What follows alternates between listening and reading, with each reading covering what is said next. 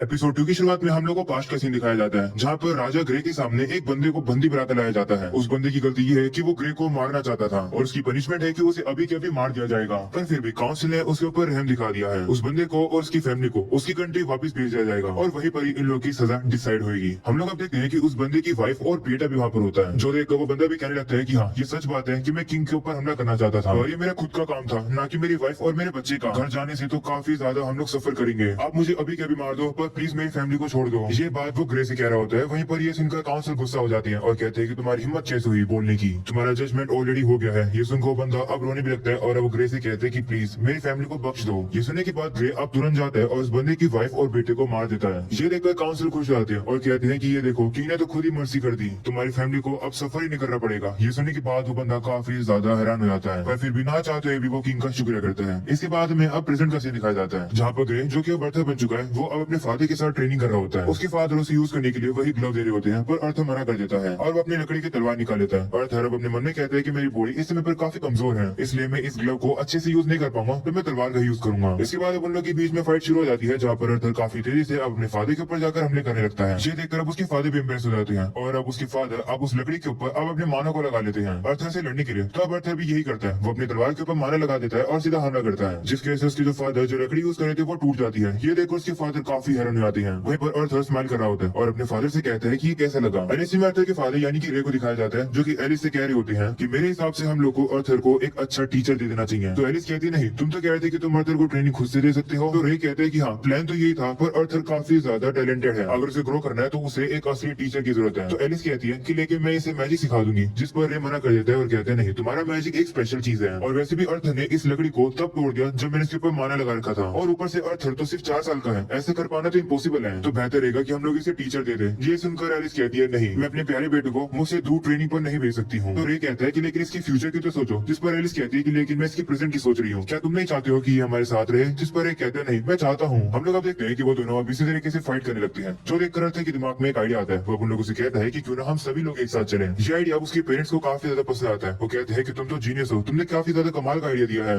इसके बाद वो लोग अपने सामान को पैक करना शुरू कर देते हैं और इसी में हम लोग अब देखते हैं कि उन लोगों को अब एक्सकोर्ट करने के लिए कुछ एडवेंचरर्स आए हैं। वहीं पर अर्थर भी अब सभी को अपना इंट्रोडक्शन देता है। जब उस पार्टी के लीडर सामने आते हैं, वो अर्थर से कहते हैं कि हम लोग पहले भी मिल चुके हैं, पर उस टाइम पर तुम काफी छोटे थे, तो शायद से तुम्हें याद नहीं होगा। तो अर्थर कहते हैं नहीं, मुझे याद है, इस टीम का नाम है ट्विन हॉर्न्स। ये वही पार्टी है जिसके अंदर मेरे पेरेंट्स पहले हुआ करते थे। इसके बाद अब एक करके वो सभी अपना इंट्रोडक्शन देते हैं। उस बंदे का नाम होता है एडम और दूसरी लड़की का नाम होता है एंजेला। वो अब अर्थर को गोदी में पकड़ लेती है। इस वजह से अर्थर का दम घुटने लगता है, तो एक बंदा उसे वहां से छुड़ा देता है और अब उस बंदे का नाम होता है डर्डन। इसके बाद अर्थर की नजर ऊपर कैच पड़ जाती है। वो देखता है कि वहां पर एक लड़की खड़ी थी, जो कि ज्यादा कुछ बोल नहीं रही थी। तो दूसरी लड़की अब अर्थर को बताती है कि इस लड़की का नाम जेस्मीन है और मेरा नाम हेलन है, तुमसे मिलकर अच्छा लगा। इसके बाद हम लोग अब देखते हैं कि वो लोग अब टाउन की तरफ जाने लगते हैं। वो लोग एक मोस्टली जैसी चीज का यूज कर रहे होते हैं अपनी घोड़ा गाड़ी को चलाने के लिए। ये देखकर अर्थर भी अब अपने मन में कह रहा होता है कि यहाँ का ट्रांसपोर्टेशन काफी सिंपल है। मेरी पुरानी जिंदगी में तो उड़ने वाली स्पेसशिप्स हुआ करती थी। हमें अब पता चलता है कि वो लोग एक ऐसी सिटी में जा रहे हैं जिसका नाम जाइरस है। इसके बाद वो लोग अब आराम से बैठकर एंजॉय कर रहे होते हैं और ब्रेक ले रहे होते हैं, पर तभी वहाँ पर कुछ वुल्फ मॉन्स्टर्स आ जाते हैं और वो हमला करना शुरू कर देते हैं। पर तभी हम लोग अब देखते हैं कि जितने भी एडवेंचर्स होते हैं वो उन वुल्फ को काफी ज्यादा इजीली हरा देते हैं। एडम, जैस्मिन और बाकी सभी लोग काफी ज्यादा तेज होते हैं, जो देखकर तो अर्थर भी काफी शौक रह जाता है। अर्थर बता रहा होता है कि एडम, हेलन और जैस्मिन ऑगमेंटर्स हैं, पर एंजेला और डर्डन वो दोनों कॉन्जर्स हैं। हम देखते हैं कि वो सभी लोग उन मॉन्स्टर्स को काफी इजीली से हरा देते हैं, जो देखकर अर्थर काफी इंप्रेस होता है और कहता है कि ये लोग काफी पावरफुल हैं, मुझे भी काफी जल्द इन्हीं लोगों की तरह बनना होगा। और इसी में हम लोग अब देखते हैं रात हो जाती है, जहाँ पर वो सभी लोग अभी एक साथ बैठकर डिनर कर रहे होते हैं। वहीं पर अब अर्थर देखता है कि उसकी मॉम को तो ज्यादा भूख नहीं होती है, वो खाना खाना अवॉइड कर रही होती है। पर तभी अर्थर की मॉम अब देखती है कि रे के हाथ पर तो चोट लगी है, जो देखकर वो उसे हील करने के लिए जा रही होती है। पर तभी सभी एडवेंचरर्स अब सामने आ जाते हैं उन लोग की रक्षा करने के लिए। सामने आने के बाद वो एलिस से कहते हैं कि अब अपनी पावर्स को यूज करो। तो एलिस भी मान जाती है और अब अपनी हीलिंग मैजिक का यूज करके रे को ठीक कर देती है। वही ये देखकर अर्थर बताने लगता है कि एलिस यानी कि जो मेरी मॉम है वो एक स्पेशल टाइप की इमेज है, जिसे एमिटर कहा जाता है। ये स्किल काफी ज्यादा कीमती और रेयर है, क्योंकि लोगों को हील कर सकती है, इसलिए ये खास ध्यान रखा जाता है कि एलिस हमेशा सेफ रहे। इसी ही स्किल की वजह से मेरे पेरेंट्स कंट्री से दूर रहते थे, जिससे कि एलिस की पावर सीक्रेट रहे। इसके बाद अब एलिस रे को ठीक कर देती है। पर तभी एडम रे से कहता है कि मैं थोड़ी एक्सरसाइज करना चाहता हूँ, इसलिए मैं अर्थर के साथ ट्रेनिंग कर रहा हूँ। तो वो भी मान जाता है। जिसके बाद वो लोग लड़ने के लिए तैयार हो जाते हैं, जहाँ पर एडम अपने भाई के ऊपर कपड़ा बांध देता है, जिससे कि अर्थर को चोट न लगे। वहीं पर अब अर्थर भी सोचने लगता है कि कहीं एडम भूल तो नहीं चुका है कि मैं एक सिर्फ 4 साल का बच्चा हूँ, जरा फिर भी कोई नहीं, थोड़ी सी पावर दिखाई देता हूँ। इसके बाद अब एडम अपने मानो को यूज करके अपने वेपन को एनहेंस कर देता है, जो देखकर अर्थर सोचता है कि मुझे लगता कि एडम बिल्कुल भी होल्ड बैक करने वाला है, इसलिए अर्थर अपने पैरों को और अपनी तलवार को दोनों को एनहेंस कर लेता है, जिससे कि उसकी स्पीड काफी ज्यादा तेज हो जाती है। वो एकदम से एडम के पीछे आ जाता है, जो देखकर सभी काफी हैरान आते हैं। पर तभी बचाने से अर्थर का पैर ही फिसल जाता है। इस मौके का फायदा उठाकर अब एडम अर्थर के ऊपर हमले करने लगता है, जिसकी वजह से एक काफी सुपरसोनिक वेव निकलती है, जिसके कारण से अर्थर आसमान में उड़ जाता है। वो अपने मन में कहता है कि मुझे लगा ही था कि मेरी बॉडी कुछ ज्यादा हल्की है। अर्थर अब जब नीचे गिरा होता है तब एंजल अपनी ताकत का यूज करके अर्थर को नीचे आराम से रख देती है। वहीं पर बाकी के सभी लोग एडम से कहने लगते हैं कि तुम अपनी ज्यादा पावर का यूज कर रहे थे, जिस पर एडम कहता है कि लेकिन अर्थर तो एक छोटा मोस्टर की तरह था। वो अब रेसी कहता है कि आखिर तुम अपने बेटे को कौन सी ट्रेनिंग देते हो, जिस पर वो कहते हैं कोई भी नहीं। तभी अचानक से जैस्मिन अर्थर के पास आ जाती है और वो उससे कहती है कि तुमने अपने पैर को कैसे एनहांस किया। उसके चेहरे का लुक देखकर अर्थर समझ आता है कि उससे आंसर देना ही पड़ेगा, क्योंकि बिना आंसर को सुने जैस्मिन रुकेगी नहीं। तो अर्थर अब उसे बता देता है। अब इसी में हम लोग अब देखते हैं कि वो लोग अपनी जर्नी को वापस ही कंटिन्यू करते हैं, जहाँ रास्ते में अर्थर सभी लोगों से काफी कुछ नया नया सीखता है। साथ में वो जैस्मिन को भी अपनी तेज दौड़ने वाली ताकत दिखा रहा होता है और वो भी सीख जाती है इस ताकत को। अगले इसी में हम लोग अब देखते हैं कि जैस्मिन अब अर्थर से कहती है कि तुम्हारा बर्थडे है और तो और तुमने मुझे काफी चीजें सिखाई है, इसलिए मैं तुम्हारे लिए गिफ्ट लेकर आई हूँ। वो गिफ्ट में अर्थर को एक नाइफ जैसी चीज देती है, जो देखकर अर्थर भी सोचता है कि शायद से जैस्मिन मुझे पसंद करने लगी है। वहीं पर जैस्मिन अब उसे बताती है कि इस जगह के अंदर एक रोप भी लगी है। वही ये देखकर सभी काफी खुश जाते हैं कि जैस्मिन अर्थर के साथ इतनी फ्रेंडली हो गई है। इसके बाद वो लोग वहाँ से जाने के लिए तैयार हो जाती है। वो लोग अब जा रहे होते हैं, पर तभी अर्थर अब देखता है कि उसकी मोम की तबीयत थोड़ी सी खराब लग रही होती है, जो देखकर अर्थर परेशान लग रहा होता है। तो उसकी मोम उसे कहती है कि चिंता मत करो, मैं ठीक हूँ। इसके बाद अब अगले सीन में हम लोग अब देखते हैं कि वो लोग अब अपनी जर्नी को वापस ही कंटिन्यू करते हैं, जहाँ पर अब अचानक से उन लोग की कैरेज रुक जाती है। ऐसा इसलिए होता है क्योंकि वहाँ पर कुछ गुंडे आ जाते हैं, जो कि उनका रास्ता तीर मारकर रोक देते हैं। वो लोग अब और भी तीर से हमला करते हैं, पर एंजल अपनी पावर को यूज करके सभी तीरों को दूर फेंक देती है। वहीं पर अब ये सब कुछ देखकर अर्थर भी थोड़ा सा घबरा जाता है और कहते हैं कि ये बिल्कुल भी अच्छा नहीं है, क्योंकि इन गुंडों ने हम लोग को पूरी तरह से घेर लिया है। हम अब देखते हैं कि वहाँ पर जो गुंडों का लीडर होता है वो अपने साथियों से कहता है कि लड़कियों को और बच्चे को जिंदा छोड़ देना। ये देखकर बर्थडे भी सोचता है कि इसका मतलब है कि हर दुनिया के अंदर बुराई होती है, इस दुनिया में भी बुराई है। जिसके बाद हम लोग अब देखते हैं कि वो गुंडे अब हमला करने के लिए नीचे उतर जाती हैं, जो देखकर एलिस बर्थडे से कहती है कि चिंता मत करो, मैं तुम्हारे साथ हूँ। तो अर्थर भी कहते हैं ठीक है। अगले सीन में हम लोग रे और उसके साथियों को देखते हैं, जो कि अब उन गुंडों को हराने लगते हैं। वो सभी लोग मिलकर काफी सारे गुंडों को हरा रहे होते हैं, पर इस समय पर वो लोग अब देखते हैं कि गुंडे कुछ ज्यादा ही है और वो सभी लोग भी अब थकने लगे हैं। तभी बचाने से गुंडे अब रे के ऊपर हमला करके उसे कैरेज पर ही फेंक देते हैं, जिस वजह से कैरेज भी टूट जाती है। वहीं पर हम लोग अब गुंडों के लीडर को देखते हैं, जो कि सामने आने लगता है, जो देखकर एलिस और अर्थर वहाँ से बाहर आ जाते हैं। तो रे अब उन लोगों से कहते हैं नहीं, वहाँ से हिलो मत। रे अब एलिस से कहते हैं कि हम लोग काफी बड़ी मुसीबत में आ जाएंगे अगर इन लोगों को तुम्हारी ताकत के बारे में पता चला तो, इसलिए अपनी ताकत यूज मत करना। जिसके बाद रे अब अर्थर से कहता है कि जल्दी से अपनी मॉम को लेकर यहाँ से चले जाओ। तो अर्थर कहते हैं कि आप ये क्या कह रहे हो, मैं ताकत हूँ, मैं भी लड़ सकता हूँ। तो रे कहते हैं कि अपनी ताकत का यूज अपनी मॉम को प्रोटेक्ट करने के लिए करो, क्योंकि इस समय पर तुम्हारी मॉम प्रेग्नेंट है। ये सुनने के बाद अब अर्थर काफी ज्यादा शौक हो जाता है और अब उसे समझ आ जाता है कि उसकी मॉम की तबीयत खराब क्यों थी। जिसके बाद रे अब अर्थर से कहता है कि अपनी मॉम का ख्याल रखना, बड़े भाई, तुम बड़े भाई जो बनने वाले हो। तो अब अर्थर भी कहते हैं ठीक है। इसके बाद वो अपनी पावर का यूज करके अब अपनी मॉम को वहाँ से लेकर जाने लगता है। ये देखकर गुंडे का लीडर लोग के सामने आ रहा होता है, पर तभी रे उसके ऊपर हमला करके उसे रोक लेता है और कहता है कि मैं तुम्हें उनके पीछे नहीं जाने दूंगा। वहीं पर हम लोग अब देखते हैं कि कुछ गुंडे अब अर्थर का रास्ता रोक लेते हैं, पर अब एडम और जैस्मिन उनके ऊपर हमला करके उन्हें साइड कर देते हैं, जिसके से वो लोग अब इजीली वहाँ से भाग रहे होते हैं। वहीं पर अब अर्थर भी मन में कहने लगता है कि मैं वो पर्सन था जो कि लोगों से काफी कुछ चीजें छीन लिया करता था और अब मैं उन लोगों की जगह पर आ चुका हूँ। मैं भाग रहा हूँ अपनी चीजों को बचाने के लिए। लगता है कि यही कर्मा है। इसके बाद वो लोग अब जहाँ से भाग रहे होते हैं तभी उन लोगों को एक मैजिशियन देख लेता है और अब अपनी मैजिक का यूज करके उन लोग के ऊपर हमला कर देता है, पर तभी अर्थर अपनी मॉम को साइड में कर देता है, जिसकी वजह से वो हमला उससे ही लग जाता है और अब नीचे जो खाई होती है अर्थर अब उसी के अंदर गिर जाता है। गिरने से पहले अर्थर अब उसी डैगर को बाहर निकाल लेता है, जो कि जैस्मिन ने उसे दिया था। वो अब कहता है कि मैं नीचे गिरने से पहले तुम्हें तो खत्म करके ही रहूंगा। ऐसा बोलने के बाद अर्थर अपने डैगर का यूज करके उस मैजिशियन के पैरों में मार देता है और उसे नीचे खींच कर गिरा देता है। वहीं पर बाकी के सभी लोग अब अर्थर को अपने मैजिक यूज करके बचाने की कोशिश करते हैं, पर उनका मैजिक वहां तक पहुंच ही नहीं पाता है, जिस वजह से अर्थर अब नीचे गिर रहा होता है। ये देखकर अब अर्थर भी अपने मन में कहने लगता है कि मुझे काफी अजीब फील हो रहा है, मैंने तो कुछ भी गेन नहीं करा, पर मेरा दिल तो मुझे काफी सेटिस्फाइड लग रहा है। अब मुझे पता चला कि आखिरकार ये क्या है। मुझे समझ आ गया है कि मेरी पास्ट लाइफ में वो जो बंदा मुझसे मांग रहा था वो क्या मांग रहा था।